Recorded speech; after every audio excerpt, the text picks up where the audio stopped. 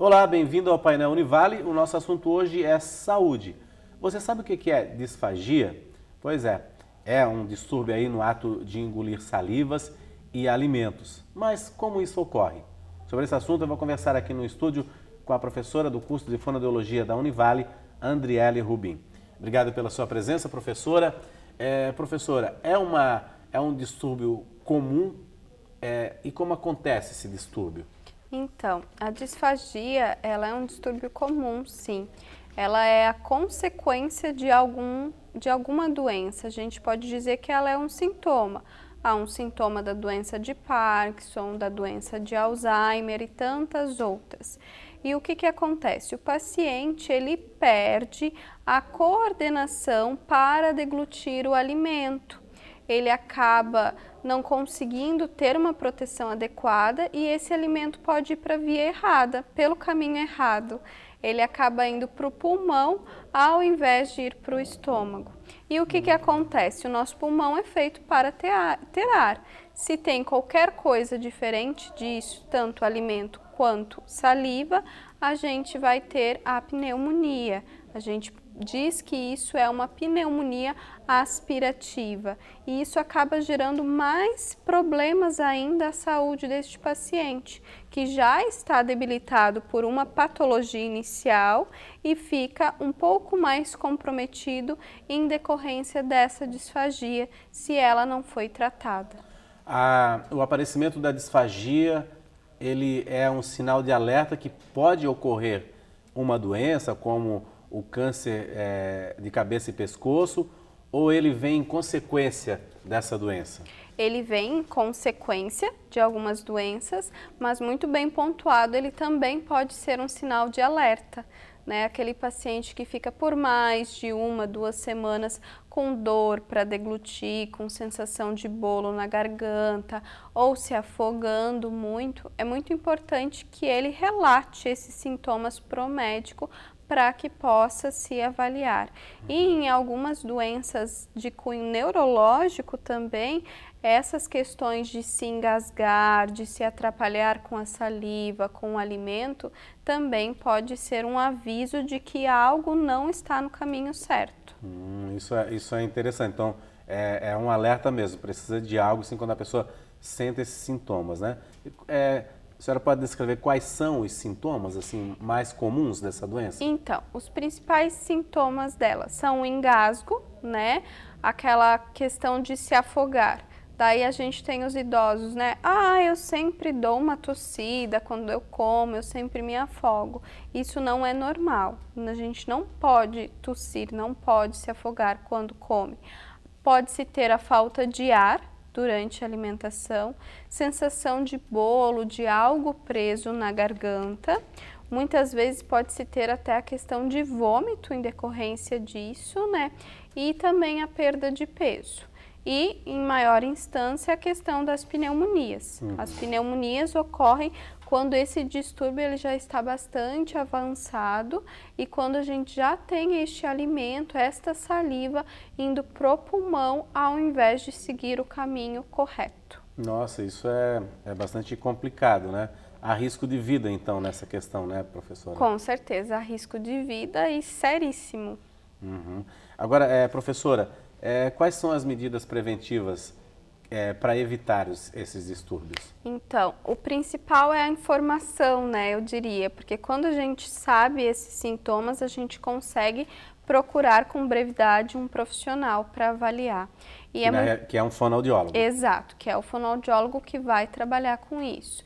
E é muito importante que a pessoa passe, então, para uma avaliação.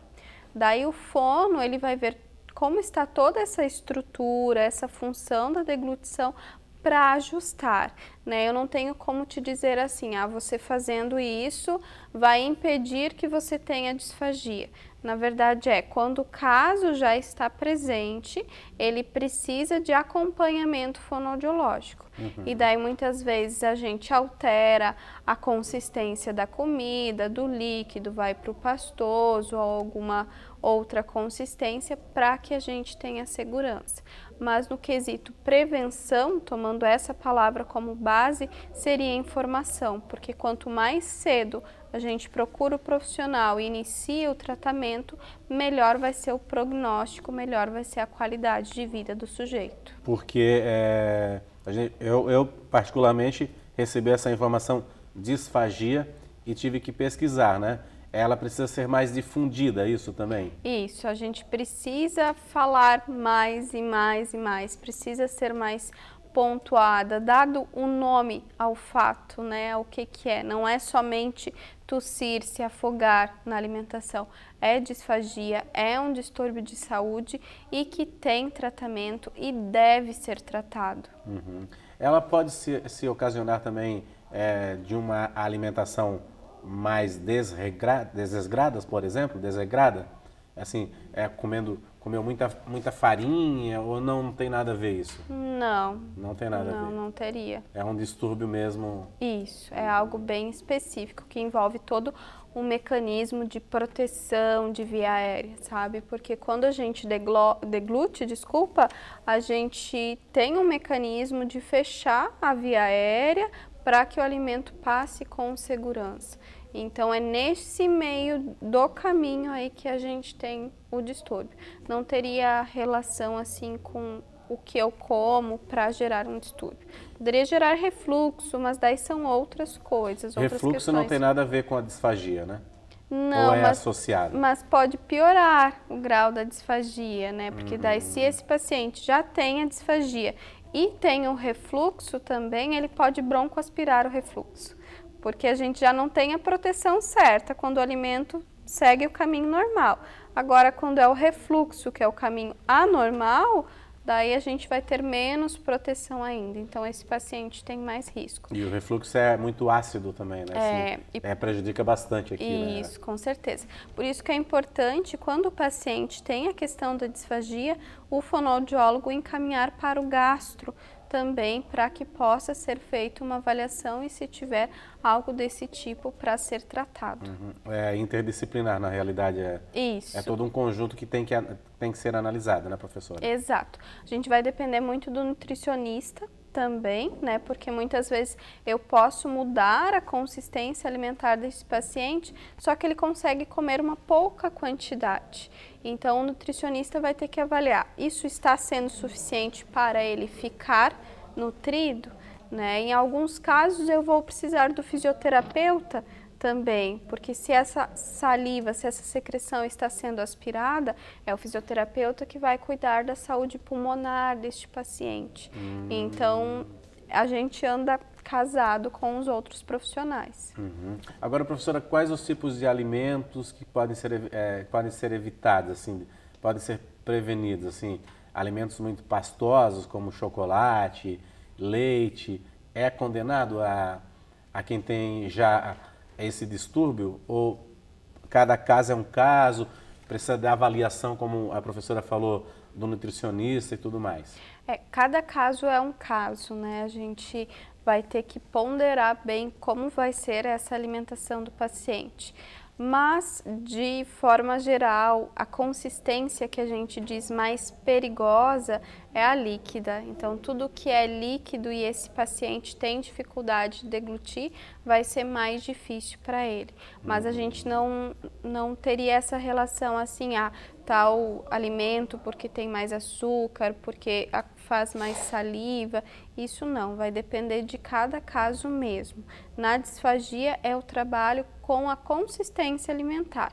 Eu posso ofertar um líquido, eu posso ofertar um líquido um pouco mais engrossado, uma consistência de um iogurte, pode ser um pastoso, que é uma consistência de pudim, ou o sólido, né? Então, a restrição mesmo é quanto à consistência. Quanto à consistência. Às vezes um suco, por exemplo, que é de polpa de frutas, pode ter pedaços da fruta ali que ainda não foi bem batido, isso pode ter consequências também, né? Com certeza, com certeza. Por isso que é muito importante a família estar sempre trazendo para o fono como que ela prepara esse alimento e o fono orientar, né? E em algumas vezes a gente tem recursos como espessantes alimentares ou outros farináceos que a gente pode usar para estar engrossando este alimento, né? Ele vai ter contato sim com a água, por exemplo, só que essa água vai ser espessada, a gente vai transformar a consistência dessa água para uma consistência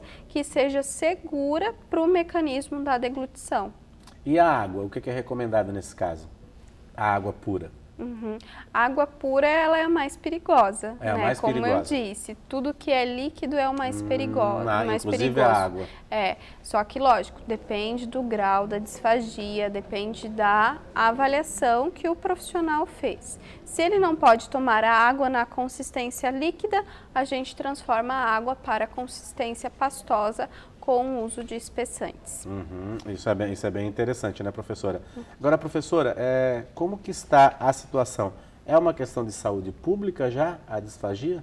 É uma questão de saúde pública, sim, né, que precisa de tratamento. E por quê? Se não for tratada? Porque, por exemplo, esse paciente está no hospital e está comendo lá de um jeito que não está sendo seguro. O que vai acontecer? Ele vai ter uma pneumonia e vai ficar mais tempo internado, gera gastos públicos, né? A mesma coisa um paciente que está no consultório, se não segue as orientações, se não trata, vai ter intercorrências, vai precisar de medicamentos, vai precisar ir para o hospital, também gerando gastos públicos. Então, é muito importante que se tenha o fonoaudiólogo inserido nos hospitais, tanto de pediatria quanto de adulto, inseridos na rede pública de saúde e nas clínicas, exatamente para tratar essa questão. Quanto melhor o tratamento, melhor vai ser a qualidade de vida deste paciente e menores as suas intercorrências, que no caso seriam as pneumonias e perda de peso. E como a professora falou, menores os gastos também que o Sistema Único de Saúde ou o Plano de Saúde vai ter com esse paciente também, Com né? certeza. Então, na verdade, vale muito a pena investir no tratamento fonoaudiológico, porque você previne muitos outros problemas. Tá certo, professora. A gente vai fazer um rápido intervalo. Daqui a pouco eu volto a conversar com a professora Andriele sobre essa questão da eufagia, né? E também falar que a Univale aqui tem um ambulatório e que trata especificamente desse distúrbio. A gente vai ver como funciona e também vai ver a realidade aí nos hospitais, como está esse tratamento. A gente volta em instantes.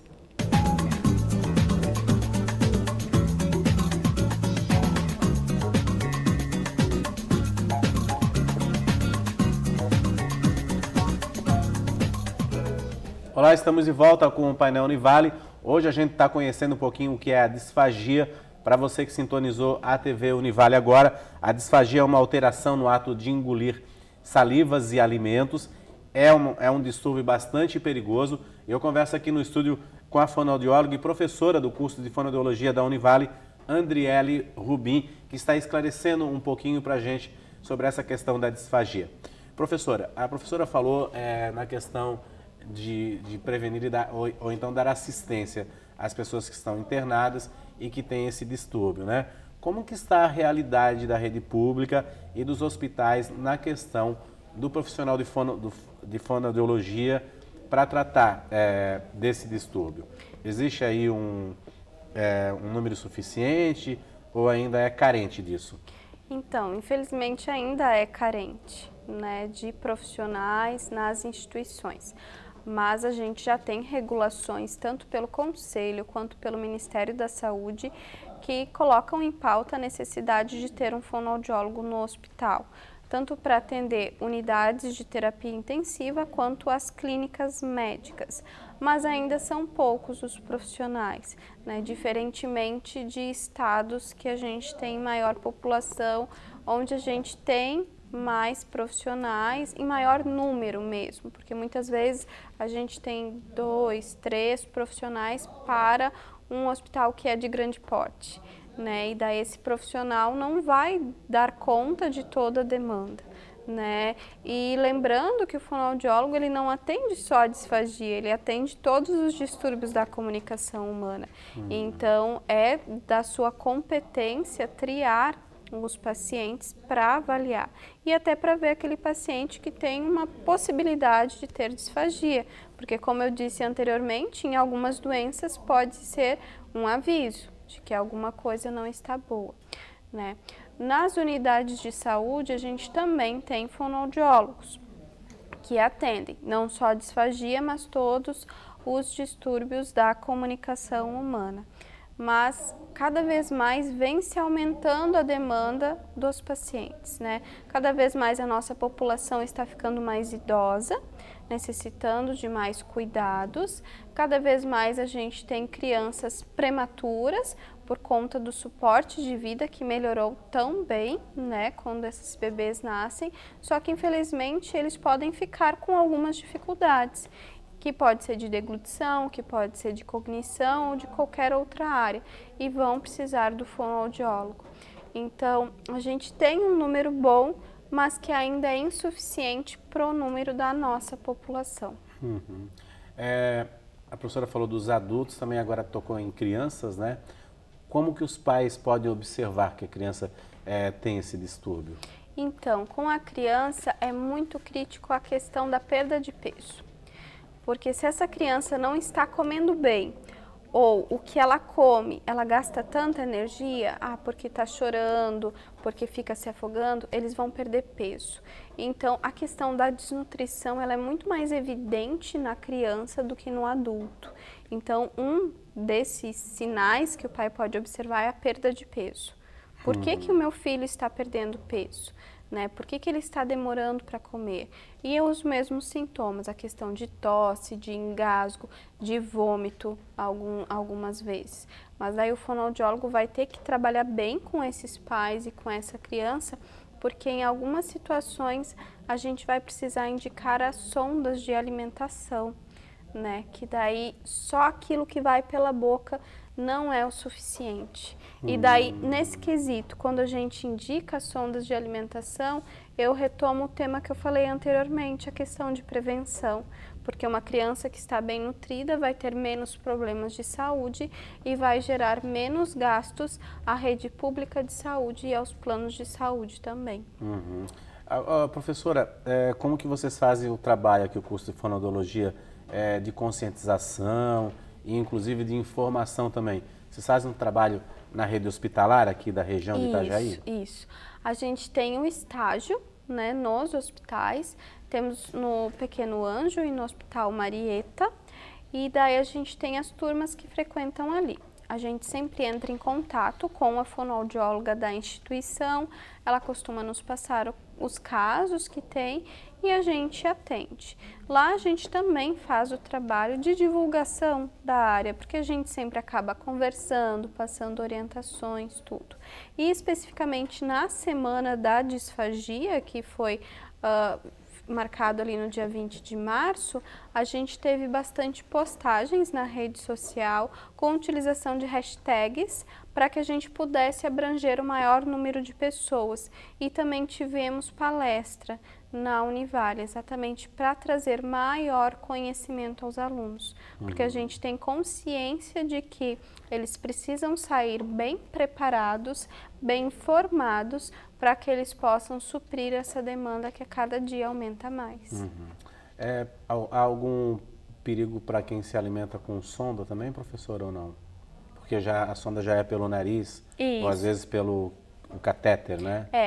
Essa sonda pelo catéter é a nutrição parenteral, a gente não trabalha muito com ela, é mais do cunho do nutricionista. A gente pode trabalhar mais com essa sondinha que vai no nariz e a sondinha que vai no estômago.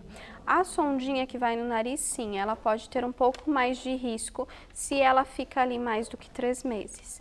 Porque daí a gente pode ter estenoses, porque a sonda passou por dentro dos esfíncteres do esôfago. Então ela passou dentro de algo que era para estar fechado. E daí a gente pode ter tipo um calinho ali, que daí pode aumentar o refluxo, tudo. Então, se esse paciente vai precisar de sonda, ele vai passar sim primeiro por essa que vai pelo nariz, mas se precisar para um longo prazo, vai ter que fazer a que vai na barriguinha, que a gente chama de gastrostomia. e essa não tem riscos. Só que é um procedimento cirúrgico, né? Feito por cirurgia ou por endoscopia.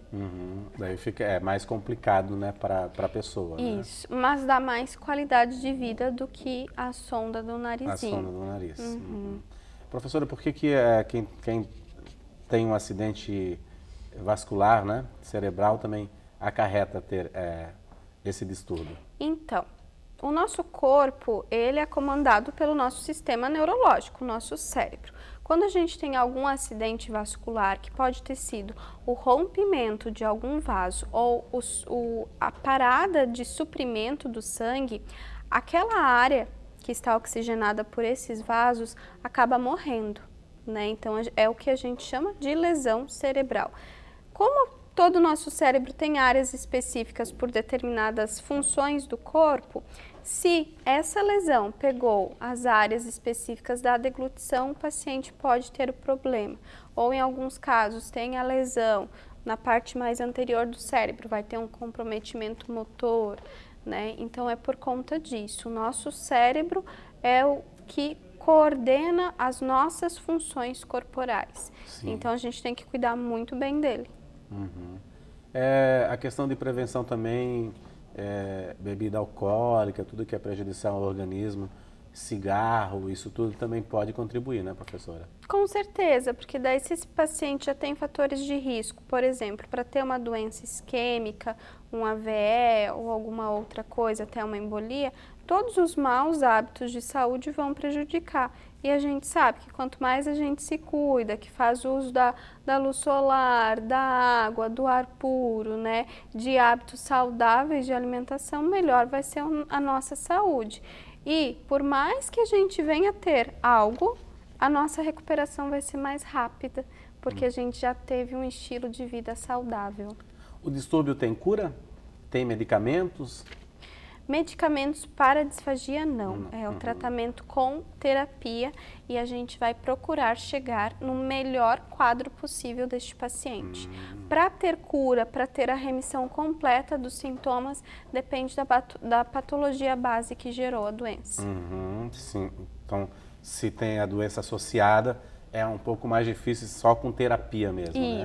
Isso. Mas daí a gente mantém esse paciente. Agora, que tipo, as terapias são essas, do controle da alimentação e tudo mais? Isso, e também envolvem a questão de execução de exercícios, né, de trabalhar a sensibilidade, de trabalhar a força das estruturas do rosto, de trabalhar a mobilidade e, lógico, a gente pontuando lá para os nossos profissionais. Eu preciso que o paciente faça determinado movimento, daí a gente pode conversar com o físio. Então, é toda a equipe trabalhando em cima dessa sintomatologia. Mas faz um exercício também. Sim. Aqui Funcional, né, que a gente chama, né? Exato. Entendi. Professor, aqui na Univale também tem um ambulatório, né? Isso. Como é que funciona esse ambulatório para atender? As pessoas são encaminhadas pela rede pública, isso, de saúde? Isso mesmo. O ambulatório, ele funciona no F7, junto ali com a unidade de saúde, e as pessoas são encaminhadas, sim, pela rede pública. Esse ambulatório atende somente os pacientes de Itajaí. Então, como que é feito o encaminhamento? O fono ou o médico viu lá que o paciente está com algum problema. Então, ele vai dar o encaminhamento, essa pessoa vai levar no CIS, que dali a fonoaudióloga da regulação vai ver, este caso, ele tem maior gravidade, ele precisa de maior urgência de atendimentos, daí ela já vai encaminhar diretamente para o ambulatório. Então, é muito bom esse serviço da regulação com a fonoaudióloga, porque ela já consegue saber se aquele paciente é mais grave ou não, se dá para esperar um pouquinho, se vai para o tratamento de imediato. Então, no caso, quando o encaminhamento é feito por fonos, né, ou até pelos médicos, é muito importante pontuar ali se essa disfagia é grave, se precisa de urgência, tudo, porque daí a gente vai estar acelerando o atendimento deste paciente. E como que é esse caminho, por exemplo, assim, dessa informação chegar ao médico? Se a pessoa vai num clínico geral, como é que ele detecta? Ele chama a fonoaudióloga? Como é que é esse caminho? Então, pensando numa pessoa que vai no médico, né? Daí ele tá com esses sintomas, Daí ele vai pedir a avaliação do fonoaudiólogo e dali vai ser encaminhado para o tratamento. Né? É que no caso, se referindo a ambulatórios, pacientes mais graves, geralmente esse encaminhamento vai vir do hospital, né? Que é onde a gente atende a alta complexidade. Então, professora, só para encerrar, qualquer sintoma aí é preciso tomar cuidado e as pessoas realmente que já estão acometidas com essas doenças que a professora já citou, pode ter esse quadro, esse distúrbio, então é preciso realmente o acompanhamento de um profissional para que isso não se agrave, né, professora? Exatamente. Tem que procurar um fonoaudiólogo. Ok, professora, muito obrigado pelas suas informações aqui, viu? Obrigada. Muito obrigado. O Pai na Univale fica por aqui, nós voltamos no próximo programa. Até lá.